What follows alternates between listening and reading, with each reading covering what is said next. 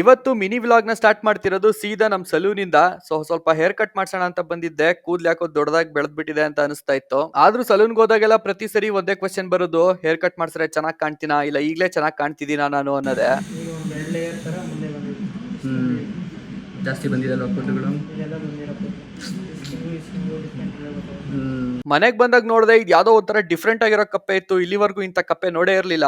Shining ಎಲ್ಲ ಹೊಡಿತಾ ಇತ್ತು. ಸ್ನಾನ ಮುಗಿಸ್ಕೊಂಡ್ ಬಂದು ಫ್ರಂಟ್ ಕ್ಯಾಮ್ರಾ ಓಪನ್ ಮಾಡಿ ಯಾವ ತರ ಕಾಣ್ತಿದೀನಿ ಹೇರ್ ಕಟ್ ಆದ್ಮೇಲೆ ಅಂತ ಒಂದ್ಸರಿ ನೋಡ್ಕೊಂಡೆ. ಇವತ್ತು ತಿಂಡಿಗೆ ಮೊಳಕೆ ಕಟ್ಟಿರೋ ಕಾಳು ಜೊತೆಗೆ ಎಲೆಕೋಸ್ ಹಾಕಿರೋ ಪಲ್ಯ ತಿಂದೆ. ಕೆಲಸ ಎಲ್ಲ ಮುಗಿಸೋ ಅಷ್ಟೊತ್ತಿಗೆ ಮಧ್ಯಾಹ್ನ ಆಗೋಗಿತ್ತು, ಊಟ ಟೈಮ್ ಆಗಿತ್ತು. ಇವತ್ತು ಊಟ ನನ್ನ ಫ್ರೆಂಡ್ಸ್ ಜೊತೆ ಮಾಡಿದೆ. ಸಡನ್ ಆಗಿ ಮನೆಗೆ ಬಂದಿದ್ರು. ಅದಾದ್ಮೇಲೆ ಒಂದು ವಿಡಿಯೋ ಶೂಟ್ ಮಾಡೋಣ ಅಂತ ಪ್ಲಾನ್ ಮಾಡ್ಕೊಂಡ್ವಿ. ವಿಡಿಯೋ ಶೂಟ್ ಮಾಡೋದಕ್ಕಿಂತ ಮುಂಚೆ ಅಲ್ಲಿ ಒಂಚೂರು ಕ್ಲೀನಿಂಗ್ ಕೆಲಸ ಇತ್ತು, ಅವೆಲ್ಲ ನಾನೇ ಮಾಡ್ಬೇಕಾಯ್ತು.